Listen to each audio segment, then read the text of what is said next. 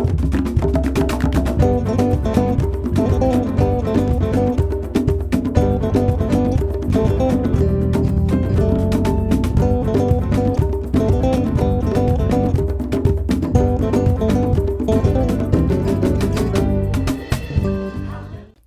saudara, kita bersyukur Minggu 12 Juli Tuhan pertemukan kita kembali untuk dalam ibadah online. Dan saya percaya walaupun kita di rumah masing-masing, firman Tuhan akan membawa kita hidup di dalam rancangan Tuhan yang besar. Rancangan Tuhan adalah membuat kita menyadari bahwa ada berkat-berkat yang sangat dahsyat yang Tuhan sediakan di tengah-tengah umatnya, di tengah-tengah saudara dan saya. Itu sebabnya mari kita belajar. Minggu ini kita masuk di dalam satu tema, yaitu berkat yang mengejar kita. Temanya firman Tuhan hari ini adalah berkat yang mengejar saudara dan saya. Kehidupan kita dikejar oleh berkat. Nah, kita akan lihat di dalam Yohanes pasal yang kelima, ayat 1 sampai dengan ayat yang ke-9. Saudara, di situ diceritakan penyembuhan pada hari Sabat di kolam Bethesda. Ceritanya adalah ada seorang yang sakit selama kurang lebih 38 tahun, saudara. 38 tahun. Ya, sakit dan ingin mengalami kesembuhan, ingin mencari kelepasan, ingin mencari berkat-berkat Tuhan, jamahan, pemulihan, tetapi dia belum mendapatkannya. Saudara, padahal saya memberitahu bahwa di situ ada sesuatu yang lebih dahsyat, ada Tuhan. Kalau kita perhatikan di dalam Yohanes pasal yang kelima ayat 1, di sana dikatakan bahwa sesudah itu ada hari raya orang Yahudi dan Yesus berangkat ke Yerusalem. Berarti Yesus ada di situ, saudara. Kalau Yesus hadir, perhatikan, kalau Tuhan ada, Tuhan hadir di satu tempat, tempat itu terjadi pemulihan. Kalau Tuhan ada di satu keadaan itu selesai, Bapak Ibu Saudara. Kalau Tuhan hadir di tengah-tengah keluarga, maka keluarga itu akan mengalami kemenangan. Di mana ada Tuhan, ada solusi, ada jalan keluar. Di mana ada Tuhan, kuasa Tuhan pasti terjadi. Kehebatan, kedahsyatan surga melimpah-limpah. Itu sebabnya mari kita melihat, berarti sebenarnya kalau ada Tuhan, tidak ada masalah yang tidak selesai. Tetapi kita melihat, ternyata orang ini tidak mengalami kesembuhan. Tidak mengalami lawatan, saudara. Sedangkan tema firman Tuhan yang saya angkat hari ini adalah berkat yang mengejar kita. Saudara, artinya kita yang dikejar berkat. Harusnya orang ini spontan mengalami kesembuhan. Dia nggak perlu menderita lagi. Bahkan sudah 38 tahun, saudara. Dia menderita, dia bergumul, dia ingin mengalami terobosan. Dia ingin mengalami jawaban Tuhan. Tetapi dia tidak merasakan, dia tidak mendapatkannya. Saudara, selama 38 tahun dia tidak mendapatkan kemenangan. Dia tidak mendapatkan lawatan surga. Saudara, padahal di situ ada Tuhan Yesus. Saudara, harusnya kalau ada Tuhan, maka tidak ada satu perkara pun yang tidak diselesaikan. Artinya Tuhan sanggup, Tuhan mampu. Tetapi mengapa orang ini tetap menderita, tetap bergumul, tetap mengalami kesulitan. Tetap saudara dalam keadaan kesesakan, 38 tahun merindukan. Mungkin tiap waktu, tiap saat. Walaupun dia tahu ada kolam yang kalau nanti digoncangkan oleh malaikat yang turun dari surga, menggoncangkan air itu, maka kolam Bethesda itu membawa kesembuhan. Tetapi justru dia tidak sembuh. Dia tidak mengalami kesembuhan, saudara. Perhatikan, mari kita melihat di dalam Yohanes pasal yang ke-5, ayat yang ke-6 sampai dengan ayat 7. Sampai Tuhan Yesus bertanya. Perhatikan ayat ini. Firman Tuhan berkata demikian. Mari kita buka sama-sama. Kita akan baca. Ketika Yesus melihat orang itu berbaring di situ, dan karena ia tahu bahwa ia telah lama dalam keadaan itu, berkatalah ia kepadanya, "Maukah engkau sembuh?" Saudara perhatikan, Yesus melihat, Yesus tahu keadaannya, dan Yesus tanya, "Maukah engkau sembuh?" Apa yang membuat dia tidak sembuh, saudara? Apa yang dia tidak mengalami berkat Tuhan? Apa yang membuat dia tidak dikejar oleh berkat? Padahal berkat itu yang mengejar. Saudara, mari perhatikan ayat yang ke-7. Mari kita simak sama-sama. Jawab orang sakit itu kepadanya, "Tuhan, tidak ada orang yang menurunkan aku ke dalam kolam itu. Apabila airnya mulai goncang, dan sementara aku menuju ke kolam itu, orang lain sudah turun mendahului aku. Saudara lihat, apa yang membuat dia tidak mengalami sesuatu karya Tuhan yang dahsyat. Kebesaran, kekuatan, kehebatan Tuhan, mujizat kesembuhannya. Orang-orang lain mengalami, dia tidak, saudara. Apa yang membuat dia tidak mengalaminya? Mungkin itu juga sama dengan kita. Kita ingin mendapatkan terobosan, lawatan Tuhan.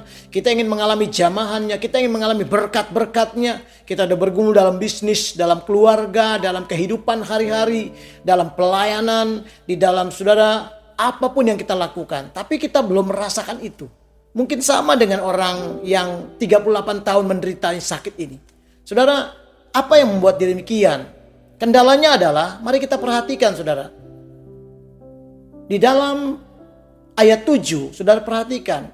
Dia berkata bahwa setiap kali aku mau mendahului, aku mau ke kolam, aku mau menuju ke kolam itu ketika airnya digoncangkan oleh malaikat-malaikat surga yang turun, ada orang lain mendahuluinya. Artinya dia mengejar saudara. Dia ambil momen itu. Dia ambil kesempatan, dia tunggu dan dia kejar. Tetapi waktu dia kejar ternyata banyak peserta, banyak peminatnya. Banyak orang-orang yang mau mengalami kesembuhan. Ada yang buta, tadi dikatakan ada yang timpang, ya, ada yang sakit dan tuli dan sebagainya, saudara. Semua mengalami hal itu. Yang lumpuh mungkin, saudara. Ada itu semua orang penyakitan. Semua orang-orang sakit, saudara. Berlomba-lomba. Tapi dia nggak ngalami, saudara. Karena dia berkata, perhatikan ayat 7. Setiap kali aku berusaha ke sana, tapi sudah didahului oleh orang banyak. Artinya apa di sini? Ini yang pertama kendalanya, saudara. Kenapa dia tidak dikejar berkat? Mungkin sama dengan kita juga. Kenapa kita belum mengalami berkat? Kita belum mengalami janji Tuhan. Padahal janji Tuhan iya dan amin. Tuhan tidak pelit. Tuhan tidak pernah menutup pintu berkatnya. Tuhan selalu menyatakan kebaikannya. Firman Tuhan berkata, saudaraku, bukankah di dalam ratapan bahwa kasih Tuhan selalu baru, tiap pagi rahmatnya baru buat setiap kita. Artinya setiap hari berkat-berkat Tuhan dicurahkan. Tapi kenapa kita belum mengalami, saudara? Kenapa kita belum, saudara? Kenapa? Karena sama dengan orang ini, dia berusaha mengejar, mendahului, menuju ke kolam itu. Tetapi dia tidak berhasil. Ini yang harus kita belajar. Artinya inilah kendalanya. Ini yang membuat dia tidak mengalami janji Tuhan itu. Saudara, dia berusaha mengejar. Kalau di dalam Tuhan, yang harus kita perhatikan, konsepnya adalah bukan saudara dan saya yang mengejar berkat, tetapi katanya berkat yang mengejar kita. Berkat yang mendatangi kita. Harusnya itu, saudara, berkat Tuhan yang mengejar kita, bukan kita yang mengejar berkat. Sama dengan orang yang sakit ini, ketika dia berusaha lari ke kolam itu, dia kalah cepat dan dia didahului orang banyak. Saudara, dia tidak mengalami itu karena dia mengejar. Inilah yang seringkali juga kita alami. Apa sih maknanya kita mengejar, saudara? Mungkin Bapak Ibu juga berkata, apa salahnya Pak saya mengejar? Kan ada orang berkata, kejarlah cita-citamu. Ya, setinggi langit sekalipun gapai, raih, saudara. Benar, saudara. Dalam satu sisi itu ada kebenarannya. Nggak salah. Tetapi kalau kita perhatikan, yang Tuhan mau ajarkan adalah tidak begitu pengejarannya. Saudara, kalau kita hanya mengejar berkat-berkatnya, tidak mengejar Tuhannya, maka kita akan mengalami satu kesalahan. Kita akan mengalami satu kegagalan. Kenapa? Mari kita perhatikan di dalam 2 Tawarikh pasal yang ke-7. Saudara, 2 Tawarikh pasal 7 ayat 14 dan 15. Saya ajak kita melihat firman Tuhan. Kita buka Alkitab kita.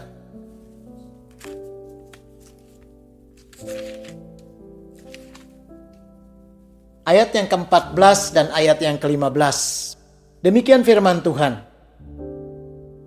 Dan umatku yang atasnya namaku disebut, merendahkan diri, berdoa, dan mencari wajahku, lalu berbalik dari jalan-jalannya yang jahat, maka aku akan mendengar dari surga dan mengampuni dosa mereka, serta memulihkan negeri mereka.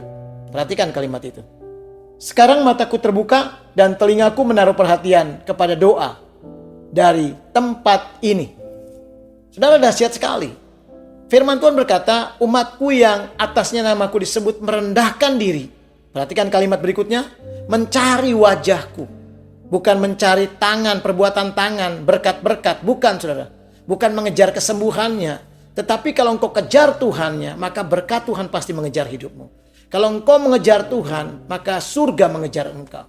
Paulus bilang, aku berusaha berlari untuk mendapatkannya. Berusaha, saudara. Dan Paulus ngalami itu dalam Filipi. Dia berkata, supaya aku pun dikejarnya, aku pun ditangkapnya. Dia berusaha mencari Tuhan. Maka dia berkata, aku melupakan apa yang di belakang dan berlari-lari menuju tujuan. Saudara, dia berusaha mengejar, mengambil. Yang dia kejar itu bukan berkat-berkatnya. Yang dia kejar itu apa, saudara? Dia ingin mengenal Tuhan, dia ingin mengenal persekutuan dengan Tuhan, dia ingin mengalami kuasa kebangkitannya, kematiannya, dan sebagainya. Itu Paulus. Dia berusaha mengejar keintiman dengan Tuhan. Saudara, harusnya seperti ini. Berapa banyak kita seringkali bukannya Tuhan yang kita kejar, tetapi yang kita kejar adalah, saudaraku, berkat-berkatnya. Saudara, orang ngotot, orang berusaha mati-matian, sibuk dengan segala pekerjaannya. Nggak salah, saudara. Memang secara manusia nggak salah. Karena ingin berhasil, saudara boleh. Tetapi kalau hanya sampai di situ waktumu, nggak punya waktu untuk menyembah, mencari Tuhan, mengejar Tuhan, tinggal dalam hadirat Tuhan, maka saya mau beritahu, saudara, yang ada nanti ujungnya kesia-siaan. Yang ada adalah penyesalan. Yang ada adalah kekecewaan, saudara. Kenapa? Sudah banyak contoh-contohnya. Ada orang-orang yang akhirnya menyesal, saudara. Di ujung-ujungnya, di usia yang sudah tidak lagi muda, mereka berkata, saya dapat segalanya tapi saya kehilangan sesuatu yang lebih berarti. Kenapa? Karena mereka tidak ada damai sejahtera, mereka tidak ada sukacita, mereka tidak ada kekuatan Tuhan, mereka tidak ada penghiburan daripada Tuhan. Sama mungkin dengan kita. Sama dengan orang yang sakit 38 tahun ini. Dia berusaha mengejar dan tidak dapat. Bahkan seringkali kita juga begitu. Kita berusaha ngotot di satu pekerjaan, kita ngotot. Sampai kita nggak punya waktu untuk beribadah kepada Tuhan, nggak punya waktu untuk baca Alkitab, nggak punya waktu untuk saudara lebih lagi bergaul dengan Tuhan di dalam jam-jam persekutuanmu, keintimanmu dengan Tuhan. Tidak ada. Akhirnya apa yang terjadi? Kita tidak dapatkan sesuatu karena kita yang berusaha ngejar berkat itu. Padahal di dalam Tuhan adalah kuncinya. Saudara mesti cari Tuhannya, cari wajahnya. Ingat 2 Tawarik pasal 7 ayat 14 tadi. Kalau engkau, katanya, umatku yang merendahkan diri, mencari aku. Dalam terjemahan lain dikatakan mencari aku. Dalam terjemahan yang baru, mencari wajahku. Mencari Tuhan, saudara. Mencari pribadinya, dekat, melekat dengan Tuhan. Saudara, maka engkau akan alami. Sama ketika Tuhan ngomong kepada Salomo. Di 2 Tawarik pasal 7, Tuhan lagi ngomong sama Salomo. Kalau engkau lakukan itu, engkau mencari aku. Apa janji Tuhan, saudara? Perhatikan di dalam ayat yang ke-18. 2 Tawarik pasal 7. Ayat 18. Mari kita buka sama-sama. Saya ajak kita melihat firman Tuhan ini. Maka aku akan meneguhkan takhta kerajaanmu sesuai dengan perjanjian yang telah kuikat dengan Daud ayahmu. Dengan berkata, tak akan terputus keturunanmu yang memerintah atas Israel. Ayat 17, saudara lihat. Mengenai engkau, jika engkau hidup di hadapanku sama seperti Daud ayahmu dan berbuat sesuai dengan segala yang kuperintahkan kepadamu, dan jika engkau tetap mengikuti segala ketetapan dan peraturanku, ya, maka katanya Tuhan akan memberikan kerajaan kita yang kuat. Ada kekuatan Tuhan dalam kerajaannya. Dan ada kebesaran yang Tuhan akan nyatakan. Ada berkat-berkat yang hebat. Artinya, saudara, Salomo dikejar dengan berkat itu. Dan Salomo alami, saudara. Bukankah Salomo berkata, apa yang tidak pernah dia pikirkan, apa yang dia tidak pernah minta, itu yang Tuhan sediakan. Salomo dikejar berkat Tuhan. Dia nggak minta umur panjang, dia nggak minta nyawa musuh-musuhnya, dia nggak minta kekayaan. Saudara, dia cuma minta hikmat. Tetapi karena dia mencari Tuhan, mengejar Tuhan, dia tidak mengejar hikmatnya, tapi Tuhannya. Saudara, akhirnya dia dapatkan. Sama dengan janji Tuhan dalam 2 Tawarik pasal yang ke-7 ayat yang ke-17-18. Tuhan bilang, kalau kamu sama seperti ayahmu Daud, engkau akan alami berkat-berkat itu. Sama. Kerajaanmu akan semakin kuat dan semakin besar. Jadi mari kita belajar untuk selalu mencari Tuhannya. Kejar Tuhannya. Jangan kejar berkatnya. Saudara, orang ini mengejar kesembuhannya. Dia bilang, gak ada yang menolong aku. Waktu aku mau coba ke sana, orang lain sudah mendahului aku. Dia coba fokusnya bukan ke Tuhannya. Dia kejar berkatnya. Coba kalau dia cari Tuhan, dia pasti mengalami mujizatnya. Dia pasti mengalami kuasanya. Kenapa, saudara? Karena bagi Tuhan tidak ada perkara yang mustahil. Dan di dalam Tuhan itu nggak ada musim-musiman. Setiap saat, setiap waktu, Tuhan sanggup menyatakan mujizat, kuasanya, berkat-berkatnya. Tapi seringkali kita tidak. Terbalik, kita lebih fokus mengejar aktivitas, kesibukan, kegiatan, bisnis, dan lain sebagainya. Memang kita berhasil di situ. Tetapi kita tidak mendapatkan banyak hal di dalam Tuhan. Saudara, hari ini, saudara, mari kita belajar untuk kejar Tuhan. Waktu engkau cari Tuhan, jangan berkatnya, saudara, maka engkau akan melihat mujizat terjadi. Mujizat Tuhan dinyatakan bagi setiap kita. Kalau kita tahu konsep ini. Sebab itu kalau kita cuma hanya sibuk dengan aktivitas, pelayanan, bisnis, dan lain sebagainya, saudara, maka hari-hari ini kita belajar untuk sekarang kita mesti berhikmat. Kejar Tuhannya, maka berkat akan mengejar engkau. Jangan kita yang mengejar berkatnya. Kalau kita melakukan kesibukan, aktivitas, dan lain sebagainya, kita fokus di situ, waktu kita habis di situ, itu namanya kita yang mengejar berkat. Selama engkau melakukan itu, maka kita tidak akan pernah melihat janji Tuhan digenapi. Kenapa? Sebab saya mau katakan lagi sekali, bukan kita yang mengejar berkat, tetapi berkat yang mengejar kehidupan saudara dan saya. Mari kita perhatikan di Mazmur pasal 23 ayat yang ke-6. Mari kita lihat Mazmur 23 ayat 1 dan ayat yang ke-6. Demikian firman Tuhan, Mazmur 23 ayat 1 dan ayat yang ke-6. Saya bacakan dalam versi mudah dibaca. Satu versi atau terjemahan.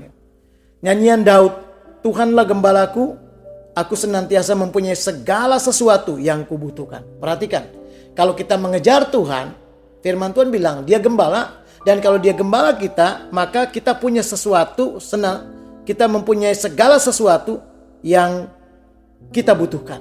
Segala sesuatu, saudara. Maka dalam terjemahan baru dikatakan, takkan kekurangan aku kalau kita mengejar Tuhannya.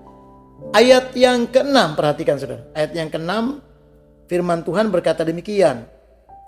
Kebaikan dan kasih karunia akan menyertai aku pada sisa-sisa hidupku.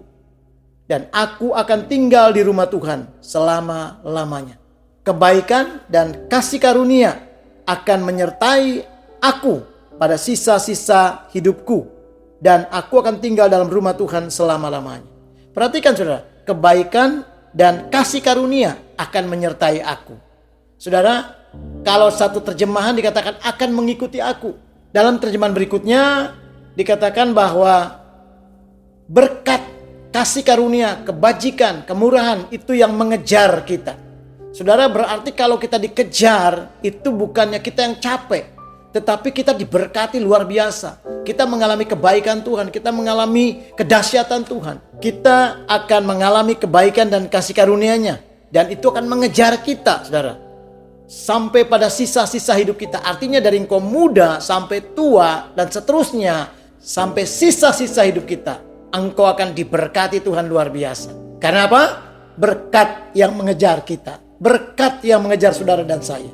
Bukan kita yang mengejar berkat. Tetapi berkat Tuhanlah yang mengejar kita. Maka ada satu firman Tuhan berkata, berkat Tuhanlah yang membuat kita kaya, susah payah, tidak menambah apa-apa. Artinya tuh saudara, Tuhan sudah siapkan berkat-berkat yang terbesar. Caranya adalah cari Tuhannya. Saudara, kendala daripada orang sakit 38 tahun ini adalah dia berusaha untuk mendahului, mengejar untuk menjadi orang pertama di kolam itu. Tapi dia tidak pernah bisa. Jangan pernah mengejar berkatnya. Jangan pernah mengejar kolamnya, saudara. Kejar Tuhannya. Karena Tuhan ada di mana-mana. Dan Tuhan tidak dibatasi dengan segala keadaan dan waktu. Dia maha hadir. Dia dahsyat buat saudara dan saya. Apapun pergumulan kita hari ini, saudara dengarkan firman ini dan kejar Tuhan kita. Tuhan kita Tuhan yang dahsyat. Tuhan yang luar biasa. Maka kalau engkau mencari Tuhan, kata Tawarik tadi, maka Tuhan akan memberkati engkau sangat dahsyat. Sangat luar biasa. Mari kita lihat yang kedua. Apa kendalanya, saudara? Sehingga dia tidak mengalami berkat Tuhan. Berkat Tuhan tidak mengejar orang yang sakit 38 tahun ini. Yang kedua masih di dalam ayat yang ke-7. Dalam Yohanes pasal yang ke-5. Perhatikan. Yohanes 5 ayat yang ke-7 saya akan bacakan kembali buat kita semua.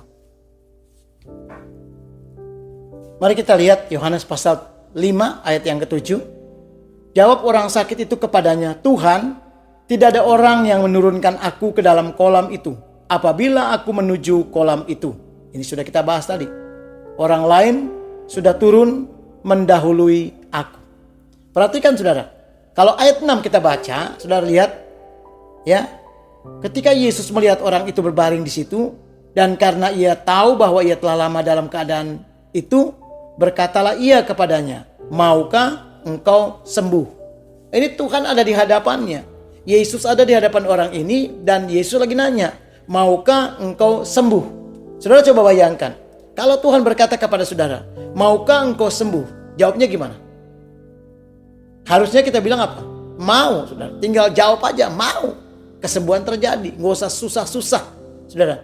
Tapi kita lihat jawaban orang ini berbeda. Ayat 7 dia menjawabnya apa? Tuhan, tidak ada orang yang bisa menolong aku. Siapa yang bisa menolong aku untuk menurunkan aku ke kolam sana? Setiap kali aku berusaha untuk mendahului, orang-orang banyak sudah mendahului. Saudara, artinya apa? Tidak connect, tidak nyambung, saudara. Ini kendala yang kedua. Surga mau memberkati dia, surga mau melawat dia, surga mau menyatakan mujizat kesembuhannya. Tapi dia tidak mengerti. Kenapa? Karena tidak nyambung. Dia berkata, tidak ada orang yang menolong saya, tidak ada orang yang bisa membantu saya. Harusnya dia tinggal katakan, ya Tuhan, saya mau, saya sembuh, saya ingin itu terjadi. Tetapi di sini kelihatan Tuhan nanya apa, dia jawabnya seperti apa. Artinya saya mau katakan yang kedua, kendalanya yang kedua adalah tidak ada connect, tidak nyambung, nggak connect istilahnya, saudara, nggak nyambung. Saudara, sama artinya. Seringkali kita juga begitu.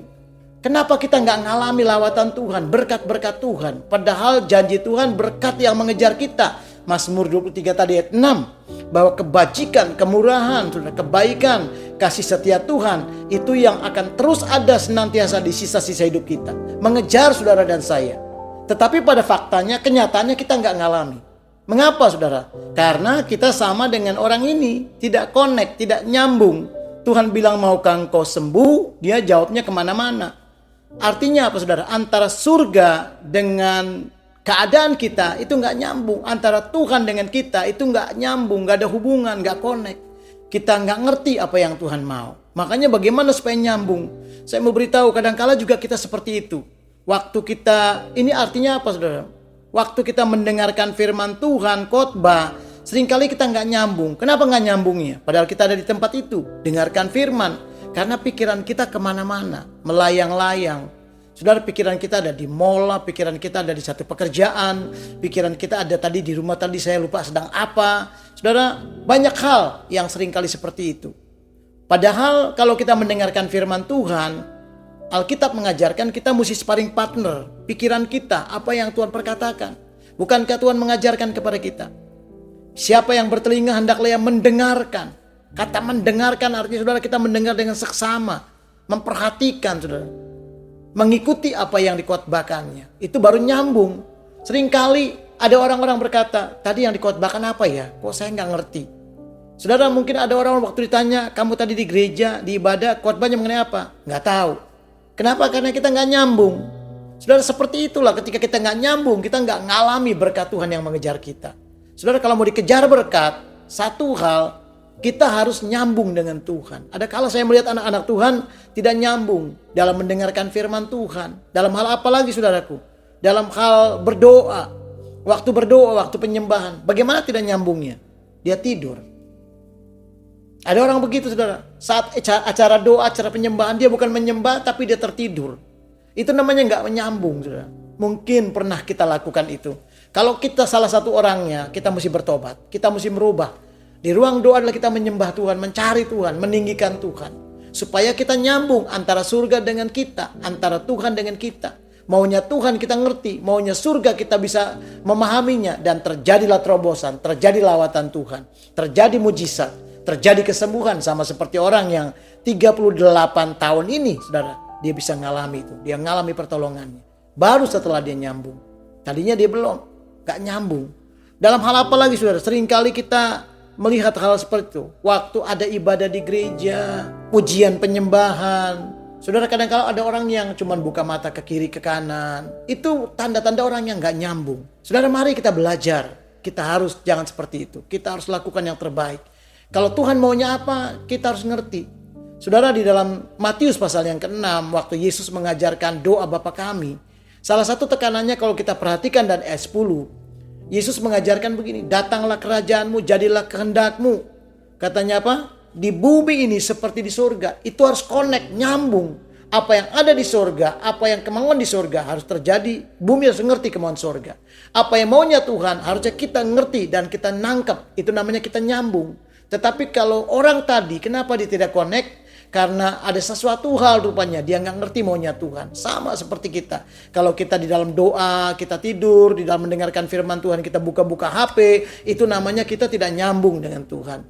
Di dalam kita memuji menyembah, saudara, bukan memuji menyembah, kita lihat kiri kanan, itu namanya kita nggak nyambung. Di dalam saudara mendengarkan khotbah, saya suka perhatikan ada orang yang dia khotbah lagi di tengah-tengah, dia ngomong sama temannya, itu nggak nyambung, saudaraku. Mari kalau kita bagian orang-orang seperti itu, kita mesti bertobat, kita mesti rubah diri kita supaya berkat Tuhan mengejar saudara. Dan saya percaya kalau hidupmu dikejar berkat, masalah-masalahmu jadi sesuatu yang sangat mudah dan engkau menjadi orang-orang yang sangat diberkati Tuhan luar biasa. Mari kita belajar untuk selalu lakukan yang terbaik di tengah-tengah kita. Jangan sampai kita menjadi orang yang tidak nyambung. Apa yang menjadi maunya Tuhan dalam diri kita, kita harus lakukan. Itu namanya kita nyambung. Apa yang Roh Kudus inginkan kita perbuat, lalu kita lakukan. Itu namanya kita nyambung dengan Roh Kudus. Kita nyambung dengan surga. Orang ini ditanya Tuhan, maukah engkau sembuh? Dia jawabnya kemana-mana. Jangan, saudara. Mari kita perbaiki. Supaya apa? Ini hari Minggu 12 Juli ini menjadi minggu kemenangan. Minggu keberkatan buat saudara dan saya. Yang ketiga, apa kendalanya, saudara? Saudara, mari kita lihat yang ketiga adalah dalam ayat yang ketujuh lagi. Perhatikan ayat yang ketujuh di dalam Yohanes pasal yang kelima. Yang ayat ketujuh demikian firman Tuhan. Saya akan bacakan lagi. Jawab orang sakit itu kepadanya, Tuhan, tidak ada orang yang menurunkan aku ke dalam kolam itu. Dan apabila airnya mulai goncang dan sementara aku menuju kolam itu, orang lain sudah turun mendahului aku. Saudara, yang ketiga, kalau kita mau belajar, saudara, apa kendalanya yang membuat orang ini tidak dikejar berkat dan tidak mengalami kesembuhan pada waktu itu? Saudara, karena dia fokusnya kepada tempat, kepada kolamnya. Dia hanya berpikir cuma di situ ada kesembuhan. Kalau malaikat itu sudah tidak menggoncangkan airnya, berarti dia mesti tunggu lagi momennya. Dia mesti nunggu lagi berikutnya. Saudara, dia tidak tahu bahwa kesembuhan setiap saat, setiap waktu disediakan oleh Tuhan. Bukankah Tuhan itu Tuhan yang hebat? Tuhan yang mengasihi kita semua. Tuhan yang tidak pernah sedetik pun melupakan dan meninggalkan kita. Tuhan ada buat Bapak, Ibu, Saudara, dan saya. Sebab itu hari ini ketika engkau mendengar firman-Nya, saudaraku, jangan fokus kepada satu tempat. Apa maksudnya ini? Yang saya mau terangkan, kadang-kala kita seperti itu juga. Kita fokus kepada satu saluran, satu tempat, satu keadaan, satu momen. Padahal Tuhan bisa melakukan banyak hal. Jangan pernah batasi Tuhan dan jangan pernah fokus di satu tempat. Orang ini fokusnya kepada kolam Bethesda. Dia pikir kalau airnya tidak digoncangkan, malaikat tidak turun, maka tidak terjadi kesembuhan. Padahal di mana ada Tuhan, di situ ada kesembuhan. Di mana ada Roh Allah, di situ ada kebebasan. Di mana Tuhan hadir, maka di situ ada penyelesaian. Kuasa Tuhan dinyatakan buat kita. Itu namanya, saudara, kita tidak fokus kepada satu tempat. Kenapa banyak orang stres pada waktu dia di PHK, pada waktu dia mengalami, saudaraku, goncangan dalam pelayanan, pada waktu dia kehilangan banyak hal. Dia berpikir seolah-olah hidup ini selesai, habis, tamat riwayatnya. Saya mau beritahu tidak. Saya banyak mengalami dalam kehidupan. Ketika pelayanan demi pelayanan di sini Tuhan akhiri, Tuhan buka ke tempat lain. Nggak pernah gentar, saudara. Kenapa? Karena saya tahu saya tidak hidup dari pelayanan. Saya tidak hidup dari satu khotbah berikutnya. Saya tidak hidup dari satu undangan pelayanan ke undangan pelayanan berikutnya. Tidak, saudara. Saya hidup dari Tuhan. Saya hidup kalau ada Tuhan, saya percaya berkat Tuhan mengejar saya. Maka saya tidak pernah gentar. Ada orang-orang bingung, saudara, ketika dia tidak ada pekerjaan lagi, dia kehilangan pekerjaan, di PHK, atau dia melihat mungkin seperti sekarang ini, suasana COVID, keadaan-keadaan yang semakin susah. Lalu orang berkata, aduh celaka, saya nggak tahu lagi harus berbuat apa. Saudara, karena engkau hanya berfokus pada satu saluran itu. Jangan pernah, saudara, ingat Tuhan kita bukan saluran, Dia sumber segala berkat. Sumber itu tidak pernah kehabisan, saudara. Kalau saluran, saudara habis satu, saudara mesti cari saluran yang lain. Saudara, di saat-saat COVID seperti sekarang ini, di mana-mana orang dalam keadaan bergumul, semakin susah dan banyak orang yang stres. Banyak orang kehilangan pekerjaan dan orang berkata, Pak, saya di PHK, rasanya saya nggak bisa berbuat apa-apa. Saudara, kalau engkau selalu fokusnya kepada Tuhan, tidak kepada satu saluran, engkau lihat dalam Tuhan segala sesuatunya mungkin. Karena engkau cari Tuhan, kau melekat dengan Tuhan, jangan fokus kepada satu saluran, satu bisnis, satu pelayanan, satu pekerjaan. Kalau bisnismu hancur, Tuhan bisa bikin dan berkati dengan cara Tuhan yang berbeda. Kalau pelayananmu tertutup, Tuhan bisa bukakan pintu-pintu pelayanan yang baru. Kalau keadaan keluargamu hancur, Tuhan bisa bangkitkan menjadi keluarga yang kemenangan. Artinya, kalau penyakitmu belum sembuh, Tuhan akan buat mujizat yang lebih dahsyat lagi. Intinya saudara, jangan fokus kepada satu saluran. Satu saluran seperti orang ini. Fokus kepada Tuhan, cari Tuhan. Jangan kepada kolam Bethesda. Lihat di depannya ada Yesus. Kalau ada Tuhan, kalau engkau fokus kepada Tuhan, engkau tidak pernah fokus kepada saluran, tapi kepada sumber itu, engkau tidak pernah kekurangan apa-apa. Saluran bisa habis saudara. Saluran bisa tertutup kering. Tetapi kalau sumber, dia akan terus, tidak akan pernah kehabisan. Kalau engkau tetap menyadari ada Tuhan, sumber segala sumber. Perhatikan, ada satu firman Tuhan di dalam Yesaya pasal 41 ayat 14 sampai dengan ayat 20. Mari kita lihat ayat ini. Yesaya pasal 41 ayat 14 sampai dengan ayat 20. Mari kita baca sama-sama. Janganlah takut hai cacing Yakub, hai ulat Israel. Akulah yang menolong engkau, demikianlah firman Tuhan, dan yang menebus engkau, ialah yang Maha Kudus Israel. Jangan takut katanya, hai cacing. Cacing itu saudaraku, lemah tidak berdaya. Ulat itu gampang sekali dihancurkan. Tetapi Tuhan bilang jangan takut. Mungkin keadaanmu sama seperti ini. Keadaan kita sama seperti ini. Kita belum melihat terobosan. Kita belum melihat berkat Tuhan. Kita belum melihat segalanya. Hari ini, saudara, ketika engkau fokus kepada Tuhan. Jangan kepada satu saluran, kepada satu tempat. Tapi kepada sumber segala sumber. Sama seperti orang tadi. Ketika dia sadar di depannya ada Tuhan. Dia mengalami kesembuhan. Saya percaya hidupmu juga akan mengalami itu. Apa janji Tuhan? Maka Tuhan bilang kepada Yesaya 41 ayat 14. Jangan takut walaupun kamu cacing atau ulat. Kenapa? Karena aku yang menyertai engkau. Kuasaku melimpah. Ayat 18, perhatikan saudara. Aku akan membuat sungai-sungai memancar di atas bukit-bukit yang gundul. Sesuatu yang gak mungkin, sesuatu yang mustahil.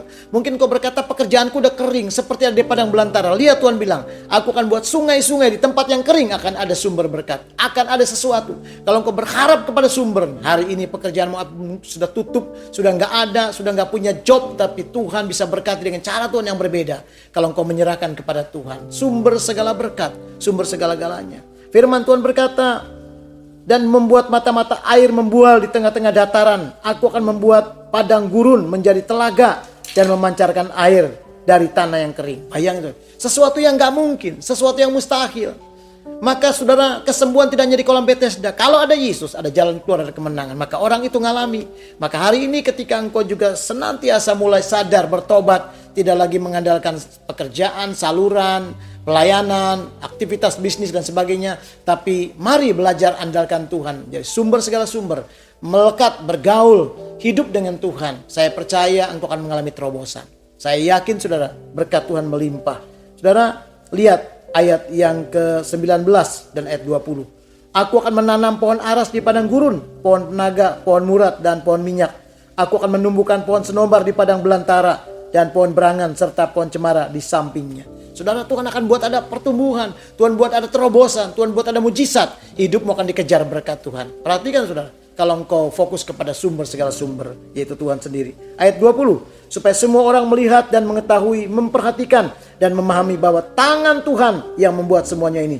Dan yang Maha Kudus Israel yang menciptakannya. Ingat, tangan Tuhan. Kalau engkau berharap dan mengandalkan Tuhan sumber segala sumber. Tidak fokus kepada pekerjaanmu, pelayananmu. Kalau itu boleh hancur, boleh tutup dan sebagainya. Lihat Tuhan. Tuhan akan memberkati keluargamu. Tuhan akan memulihkan keadaanmu. Tuhan akan melawat segala keadaan-keadaan. Apapun yang menjadi kesulitanmu. Menjadi kemenangan yang luar biasa. Hari ini kita bersyukur karena firman Tuhan sudah mengajarkan kepada kita. Saudara, jangan pernah ulangi ketiga kesalahan tadi. Tapi kita mulai cari Tuhan. Jangan pernah saudaraku selalu kita mengandalkan sesuatu, tapi cari Tuhan. Tuhan lebih dari segala-galanya. Maka diberkatilah Bapak Ibu Saudara yang sudah mendengarkan firman Tuhan dan mau melakukannya. Tundukkan kepala, mari kita akan berdoa. Bapa di surga, terima kasih kami sudah belajar dari firman-Mu. Hari ini kami menyadari Tuhan ada hal-hal yang kami harus perbaiki supaya firman Tuhan digenapi dalam hidup kami. Bahwa kami tidak lagi mau mengejar berkat, tetapi kami sadar konsepnya adalah kami akan dikejar oleh berkat itu. Kami tidak lagi Tuhan mau senantiasa Tuhan Yesus bergantung kepada segala sesuatu. Kami tidak mau tidak connect dengan sorga, tapi kami mau connect dengan Tuhan. Apa yang dimaunya Tuhan, kami setangkap dengan hati kami. Kami mau Tuhan tidak berfokus kepada satu keadaan, satu saluran, satu tempat, satu momen, tapi kami mau fokus kepada Tuhan sumber segala sumber yang mengalami, yang mendatangkan kemenangan dan sukacita. Terima kasih Tuhan, biarlah kami melakukannya dan kami percaya hari ini ada terobosan seperti orang yang 38 tahun disembuhkan. Kami pun mengalami pemulihan, kemenangan, berkat Tuhan mengejar kami sekalian. Kami bersyukur, kami sudah berdoa, haleluya, amin. Bapak Ibu yang kekasih, percayalah ketika engkau sudah diberkati, tetaplah jangan pernah segan-segan share firman ini supaya banyak orang mengalami lawatan Tuhan yang sama. Tuhan memberkati saudara dan saya. Amin.